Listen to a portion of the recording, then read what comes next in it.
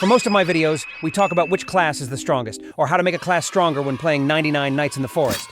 Picking one right now feels easier than ever, and just that choice can help you last not only hundreds of days, but maybe even thousands if you have enough time. But here's the question, what about the other classes? Do they really just sit there, only useful for the first few nights, and then get forgotten once they're not as helpful anymore? That's why, in this video, we'll try something special. It might be the most time-consuming challenge I've ever taken part in, the No Campfire Challenge. That means we can't throw anything into the fire to upgrade it, which means no resources, no protection, no weapons, and no bandages. Now, think about what this means. Classes like Assassin, Pyromaniac, or Brawler, the ones usually praised as the best, don't matter anymore. Without the campfire and its resources, their special powers can't even work properly, let alone save you. The whole game changes. And suddenly it's not about picking the strongest class. It's about choosing the one with the most survivability. So why do I believe this? Because I tested it myself, and I found a class that can actually survive without the campfire. I'm going to show you exactly which one it is and how it works. It's probably not the class you're thinking of. And that's what makes this challenge so much fun. If you're ready to find out, make sure to like this video, hit subscribe, and let's get started. Nice. When we play 99 Nights in the Forest, there are two stats that are more important than anything else: hunger and health. If we don't keep an eye on them, the game will end really fast. Let's start with health. Health is the number that tells us how strong we are, and it's what keeps us alive. Normally in the game, health can slowly go back up over time. But here's the catch. It only heals if the fire is burning. And in this challenge, we're not allowed to start a fire. That's a huge problem. There's another problem too. To find bandages and medkits, which are super useful for healing, we need the map to reach level 2. But in this challenge, we don't have that upgrade yet. So that means no easy healing items. The only other way to get some of our health back is to find a cake on the farm, which rarely grow from the farm slot. Even though they're not the best healing item, we have to work with what we have. So basically, we are stuck with the health we already have, and if we lose it, it's gone for good. That means our number one job is to avoid losing health.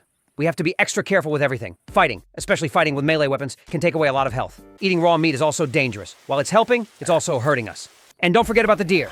One attack from it can make us lose a lot of health too. So the goal is clear. Play safe and stay away from anything that can hurt us. Now let's talk about hunger.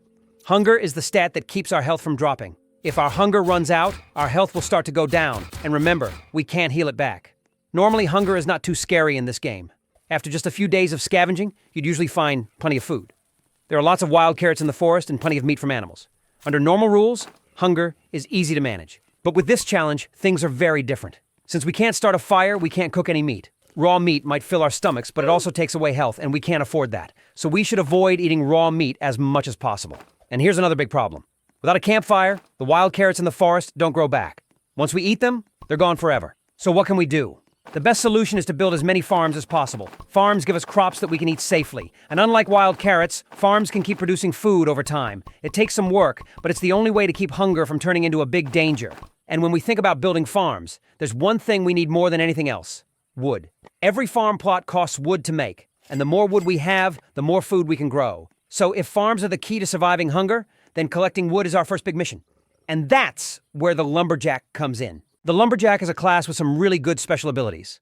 Whenever he chops down a tree, he gets more wood and saplings. That means in the very first night, while other characters are still struggling to gather a few logs, the Lumberjack can clear out almost every tree on the map.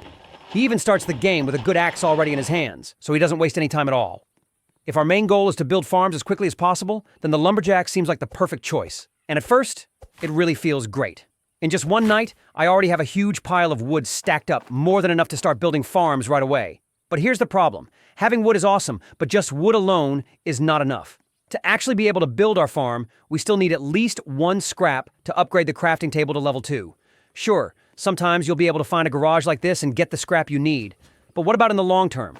Where would you find the scrap you need in order to build the bear trap or the wooden rain storage? And that's when I realize maybe I need to look for a different class. So if the Lumberjack gives us tons of wood but no real way to find scrap, then who should we try next? That's when the Fisherman comes to mind. And trust me, this class is way more useful than it first looks. The Fisherman's special ability is, of course, fishing. But here's the cool part. When he fishes, he doesn't just pull up regular fish for food. He can also reel in something even more valuable: scrap. That means he gives us both of the things we need most to survive: food to eat and scrap to upgrade our crafting table. With those upgrades, we can unlock farms, traps, and all kinds of super useful tools that help us stay alive much longer. When starting as a fisherman, the plan changes a little bit. Instead of rushing to chop wood, I go after rabbits first. Why? Because if I grab a rabbit's foot, I can trade it with the merchant the next morning for a good sack. It might seem random at first, but let me explain. With this, I can go around and collect stuff. Once I'm ready, I can make one big trip back to the base without taking multiple trips and wasting precious hunger. After that, it's straight to the water. Sitting by a pond and fishing might sound slow, but it's one of the safest ways to build up scrap in times like these. Once I have a small pile of wood and just one scrap from fishing, I can upgrade the crafting table to level 2. With that done, I can start making farm plots right away. 3 farms are usually enough to keep your food steady. And while other classes might be running around in the dark, getting chased by deer or starving, the fisherman can calmly sit by the pond, casting his line and preparing for the next big challenge, the Cultist Knight. So, everything sounds great with the fisherman, right? We've got food, we've got scrap, and life feels a little bit safer, but then the cultists show up. And trust me, they are no joke. The first wave of cultists isn't too bad. They only send melee guys, the ones who run straight at you with sticks and knives. The trick here is simple. Use the bear trap.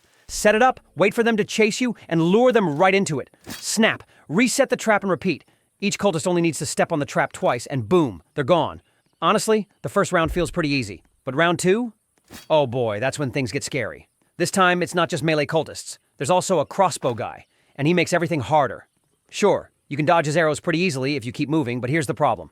To reset the bear trap, you have to stand still for a moment. And standing still while an angry archer is shooting arrows at you? Yeah, that's basically turning yourself into a giant target. So, what's the solution? Of course, it's to pick a class that can fight from a distance. But if I do that, I can't use the old rod to fish up all the scrap I need for items and upgrades. Then, I remembered something really important.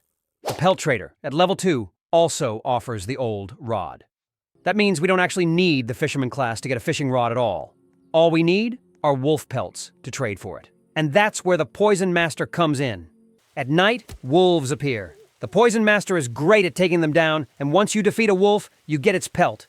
With those pelts, you can trade for the old rod and still enjoy all the benefits of fishing. Plus, if those pesky cultists show up, you can climb a tree and snipe them safely from afar.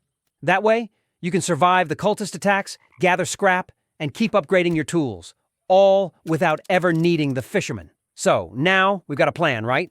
Poison Master at night, pelts for the old rod, and plenty of chances to fish for scrap. But here's the thing, you still have to stay alive long enough to make all of this work. And that, my friends, is the real challenge in the early game. The first danger you'll face is the crazy deer. If you don't have a campfire to keep it away, it will hunt you down in the dark. The easiest trick? Climb a tree. Not every tree works. You need one with a branch so you can stand on. Once you're up there, you're safe. The deer can't reach you, and wolves or cultists won't notice you. But safety is only half the battle. You also need food. While farming will keep you full in the long run, you still need to survive the first few nights. That means hunting rabbits and grabbing carrots whenever you see them.